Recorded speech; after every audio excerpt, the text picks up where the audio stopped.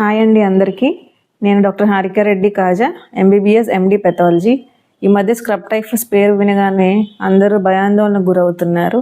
అసలు scrub typhus అంటే ఏంటో మీకు ఈరోజు వివరంగా చెప్తాను. టైఫస్ ఓరియన్షియా సుస్సుగమూషి అనే ఒక బ్యాక్టీరియా నుంచి వ్యాప్తిస్తుంది. ఇది మొదట్లో ట్రాంబిక్యులిడ్ బగ్స్ అంటే తెలుగులో మనం ఆరుద్ర పురుగులు, కుంకుమ పురుగులు అంటాము.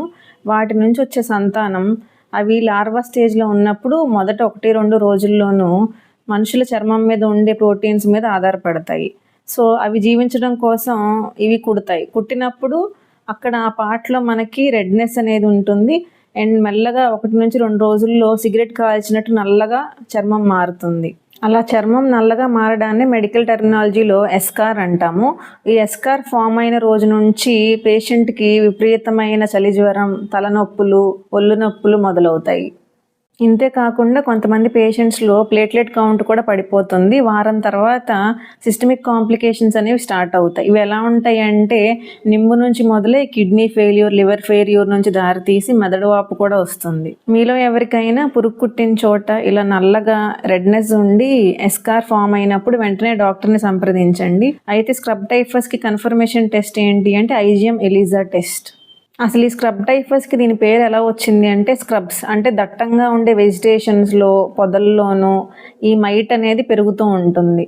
టైఫస్ అంటే ఫీవర్తో వచ్చి స్టూపర్ అంటే ఫీవర్ వచ్చినప్పుడు పేషెంట్ కన్ఫ్యూజ్ స్టేట్లో ఉంటాడు.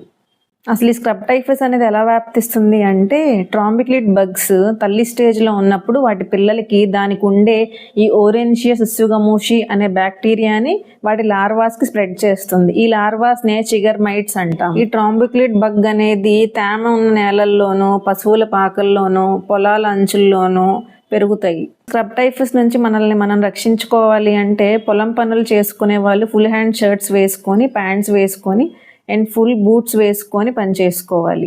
కొన్నాళ్ళు ఈ స్క్రబ్ టైఫస్ ఎపిడమిక్ తగ్గే వరకు పిల్లల్ని ఇంటి చుట్టూ ఉండే గడ్డిల్లోనూ, పార్కుల్లోనూ, పొలాలకి తీసుకెళ్ళి ఆడిపించడం అనేది తగ్గించుకుంటే మంచిది.